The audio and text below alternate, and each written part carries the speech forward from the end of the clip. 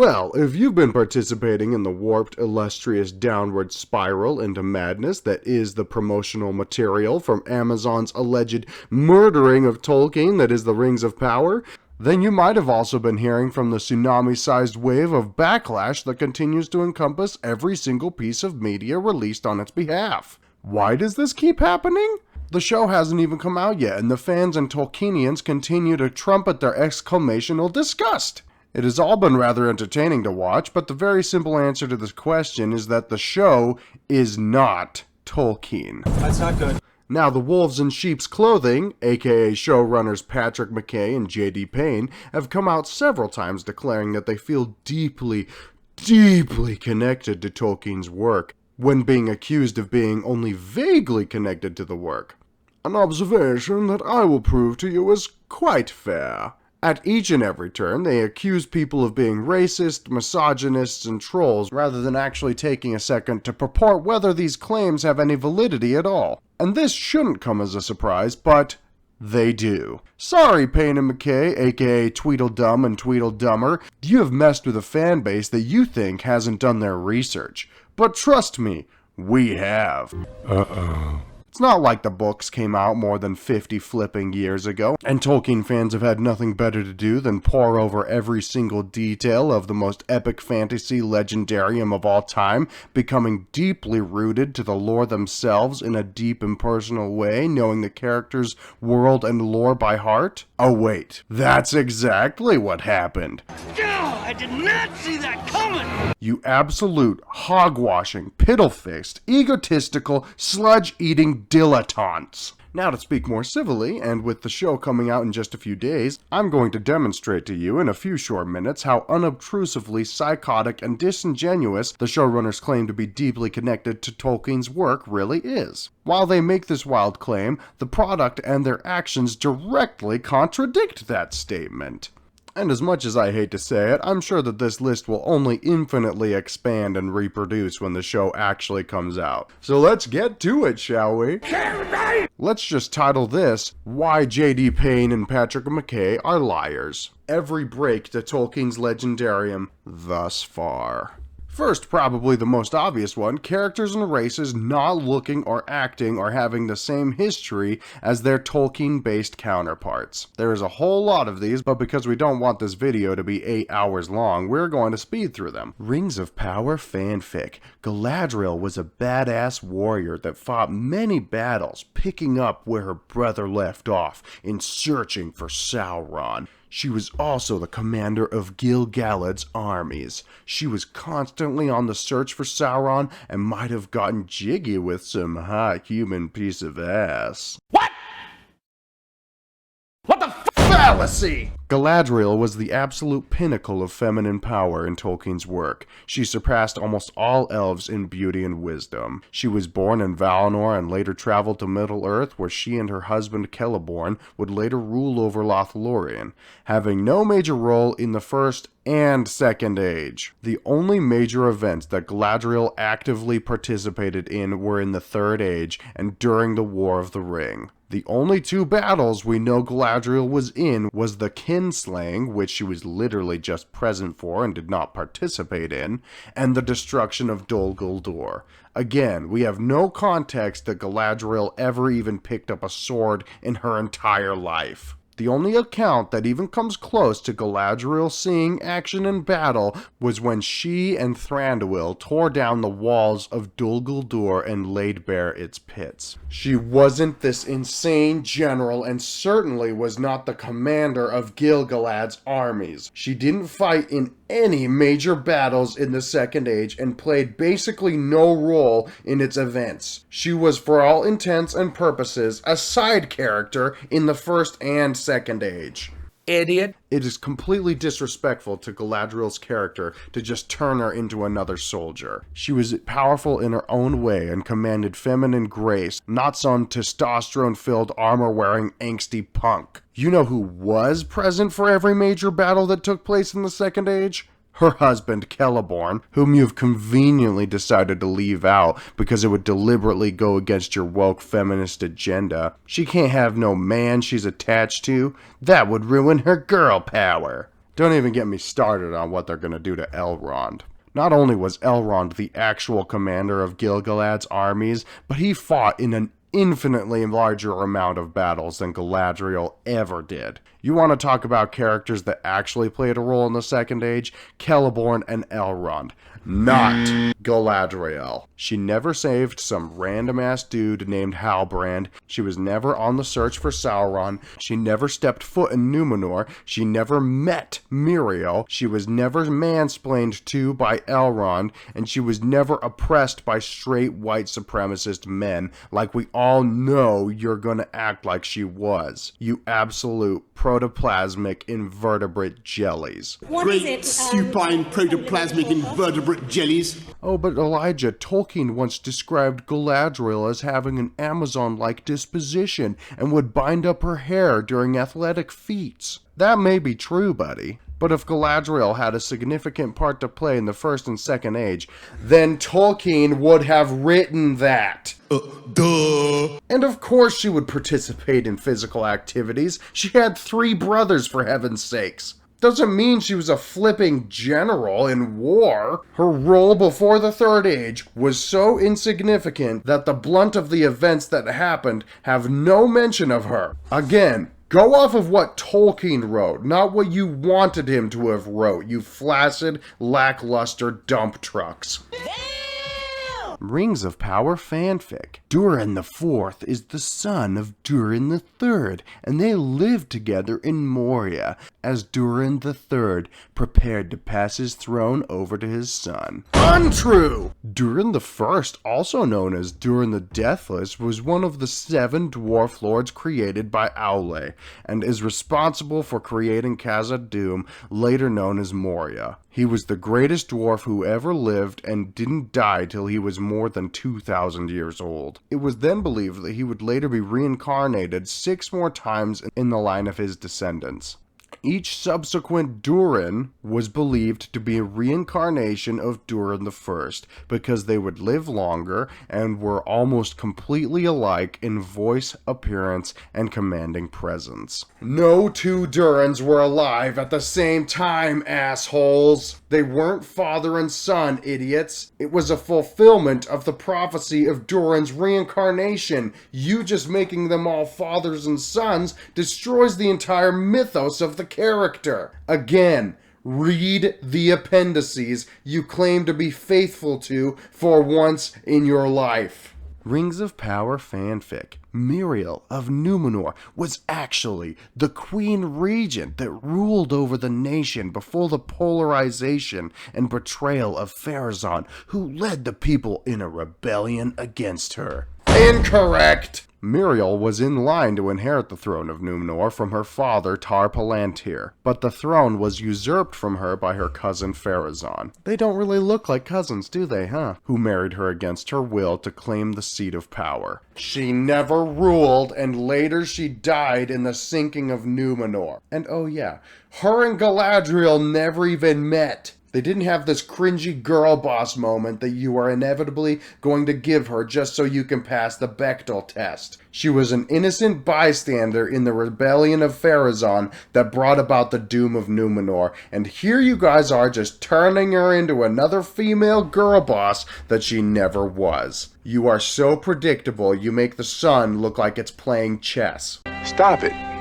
Get some help. Rings of Power fanfic. Elves don't have long hair, and female dwarfs don't have beards. Fact! In all of Tolkien's work, including the Silmarillion and Unfinished Tales, Tolkien has described elves as having long flowing hair. That has been for every character elf that has ever existed, including the ones that have lived through all 3 ages of Middle-earth, meaning every single elf that will exist in your show. Because Tolkien never made an exception to that rule, we can only assume that all elves had long hair. This is not a hard concept. Tolkien described them having long hair in the first, second, and third age. Why you can't make the elves look like elves by taking a 5-minute trip to freaking Walmart and make that happen is beyond me. Also, fact! Tolkien described in the appendices and in the history of Middle-earth that all dwarves, including female dwarves, had beards.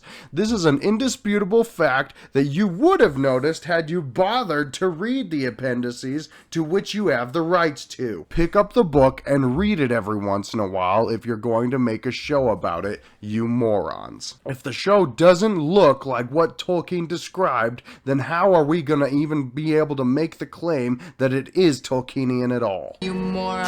Rings of Power fanfic.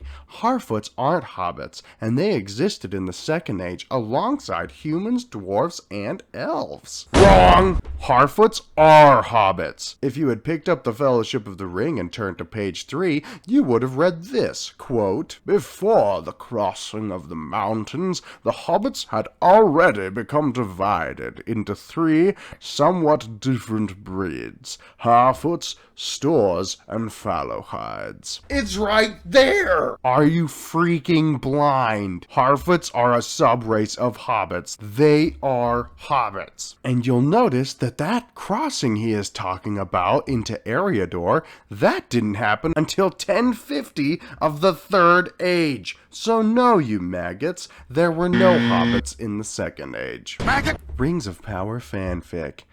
Elves, dwarves, and Numenorians were of every race and color. No, Tolkien didn't actually know how to world build, and we needed to update his world so that it represents modern life. Not even close! Not only did Tolkien give detailed descriptions of each and every one of the races and cultures he created, him being a poet and linguist and all, but he was also an astonishing world builder, and would give the people he described the complexion that they would inherently have based on the environment they lived in, because Tolkien wasn't a dumbass. If you want to have diversity in your show, then go ahead. Bring out the people of Harad who lived in the southern part of Middle-earth and would have made the most sense having dark skin. But having a black elf and a black dwarf makes about as much sense as an Irish samurai. Think I can smell shite. Elves were described as having a pale complexion. You know why? Because they lived predominantly in the north, lived in forests, and were created before the sun even actually existed. This Arendir guy being a Sylvan elf makes even less sense considering they lived in forests under the cover of trees. How'd this dude get so tan? It's nonsensical. What is even more baffling is that they have a black female dwarf. Dwarves live underground almost 24/7. That is their natural habitat. They barely see the sun, and that goes even more for female dwarves. Do you guys not know how the sun or melanin works? Bill Nye the Science Guy. If you are in the sun a lot, you're gonna get darker. If you're not, then you're gonna get pale AF. Having a black dwarf is just a complete logical fallacy. And you know, there's actually a word for this. It's called... Yes, I can definitely smell shite. Y'all don't actually care about diversity in world building. Otherwise, you would make your diversity make sense. You pilfering, claptrapping groundworms. Alright, so those are the major gripes so far. Let's move on to the shorter, but just as important, part 2. So many original characters! Really? If the writers wanted you to believe that they actually cared about Tolkien's work, then maybe they would actually focus on adapting as accurately as possible the characters and story that Tolkien wrote. But no, they have decided to go the path of least resistance and just make up their own bullshit characters to push the story they want to tell. Not, you know, the story that actually already exists. Don't believe me? Well, let's just look at the cast they've got here. Looks like the canonical characters they've got are Galadriel, Elrond, Gil-galad, Isildur, Muriel, Durin the Third and the Fourth, Celebrimbor, Finrod, dead Finrod by the way, Elendil, and Pharazôn. Sounds like a good cast, right? Now let's see what characters they've pulled out of literally nowhere. Elenor, Orin, Theo, Sadik Burrows, Trevin, Bronwyn, Disa, Halbrand, Arondir, Marigold, The Stranger, Iarian, Thonder, Poppy Proudfoot, Elfie, Kemen, and Largo. Okay, that one's just not even creative at all. Not only have they invented more than a dozen original characters, but this show actually has more original characters than it does canonical ones. What the fuck? How can you claim to love Tolkien when you just make up a shit ton of characters that never actually existed, rather than adapting ones that did? The things that were hated the absolute most about the Hobbit movies was all of the made-up characters that weren't in the books, and you guys have just multiplied that by 1 billion. Oh, but Elijah, there weren't very many characters that were in the Second Age, so we just had to make up some to fill in the cracks. Bullshit! Tolkien created more than 1,000 original characters with their own names and lineages found in his writing, and you're telling me that you needed to invent more characters? 1 or 2 maybe, but 17 so far? That's preposterous! I'll help you out, dummies. Here is a list of characters that played a significant role in the Second Age that will not be making an appearance in your own show, because you're idiots. Elros, Celebrian, Silmarion, Celeborn, Glorfindel, Kirjatur, Hurakalmo, Anarion, Elandur, Meneldil, Orofer, Omdir, Círdan, the freaking Nazgul? Not to mention the other 28 kings and queens that ruled over Numenor, all of which played some role in the Second Age. Didn't have enough characters to work with, huh? Yeah, That's Gorgon shit. Total Gorgon shit. and you know it. Again, if you want to make a show with your own characters pushing your own story, then just do it. For Pete's sake. Don't put on this fake persona of being a huge Tolkien fan. It's despicable. You have your own story that you want to tell. Alright, since this is getting pretty long-winded, let's go into a rapid-fire round, shall we? There is no Meteor Man. If this is Gandalf, it is dumb. Gandalf didn't come to Middle-earth until the Third Age, so why is he here? If it's any of the other Astari, my point still stands. He shouldn't be here, and only heaven knows what possessed you to put him in. You are stupid. There is no mention of Balrogs in the entire Second Age, and they all fled when Morgoth was taken to Valinor. The only Balrog that makes an appearance after the First Age is Durin's Bane, and that was in the Third Age. Assholes. Isildur and Elendil are apparently not the same race, because J.D. Payne and Patrick McKay don't know how procreation and genetics work. Your intellect is as weak as your dollar. Isildur being alive before the Rings of Power have even been made is stupid. He was born more than 1,000 years after. This is a complete disregard for the timeline. Palantirs were used as seeing stones to allow communication over great distances. They did not show you the future. They weren't some crystal balls that you could look in to tell your fortune, you donuts. Female orcs didn't play any role ever in any of Tolkien's work. Yes, they existed, but that is literally it. The Numenorians were great craftsmen and knew how to build helmets that actually fit their users. Why you guys are making their armor and weapons look like they were made by drunken monkeys is beyond me. That's stupid! You're stupid! Stop being stupid! Sauron not being well known throughout all of Middle-earth as the right hand to the literal devil of Arda makes about as much sense as people not knowing who Hitler is. You buffoons. You are stupid. Galadriel did not have some sort of weird romantic relationship with some dipshit named Halbrand. She loved Celeborn and was faithful to him for their entire marriage. The events of the Second Age happened over a period of almost 3,500 years. You cramming all of the crucial happenings into one 5-year period is ridiculous and makes about as much sense as picking up dog poo and serving it to your in-laws in an effort to impress them with your culinary skills. The events of the Second Age had so much setup that when the payoff all happened in the latter end of it, It was so massive and so impactful that it would affect the entire fate and landscape of the people of Middle-earth for thousands of years after. The entire world cannot be changed in such a consequential way that it no longer even resembles the same planet in 5 years. That setup takes time, and you guys stuffing it all into such a short period of time like it's a disgusting Subway sandwich is dumb and completely illogical, you buttheads. And last but definitely the worst one of them all, woke modern politics do not belong in Tolkien's work. You have come out and said multiple times that you wanted to update Tolkien's work for a modern audience. Shut the f*** up!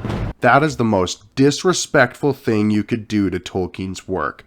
The tales and lessons taught in Middle-earth are timeless and affect all people, no matter their race or creed or religion. They are tales of love, sacrifice, friendship, and bravery. Not gender politics, feminism, white supremacy, political correctness, cancellations, BLM, Me Too, etc., etc. It's disgraceful and has Tolkien spinning like a tired cat in his grave. They don't belong in Middle-earth, they don't belong in media. Period. You gargantuan wastes of life. This is the worst.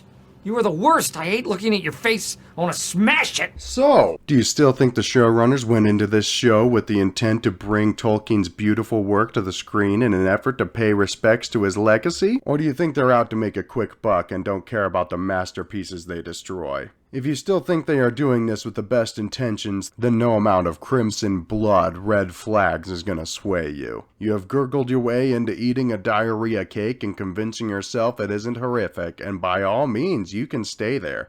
But don't get mad at me when I don't grab a spoon and join in. Know that I tried to warn ya. It's not my fault at this point. Sorry. Sucks to be you, nerd. If you're still watching at this point, congratulations. You've made it through my psychotic but completely justified tirade. I'll be coming out with reviews for each episode as they drop.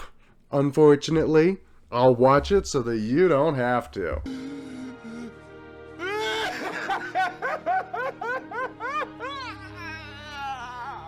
But I wonder how I'm going to be able to watch it so that I don't support Amazon in any way.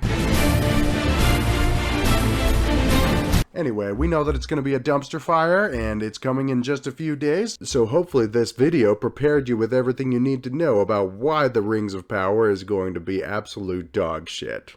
Again, thanks for watching. If you liked what you saw, please subscribe, otherwise I might die. Not really, but maybe. But not really, but maybe. And I will be talking to you guys very, very soon. Unfortunately. Bye!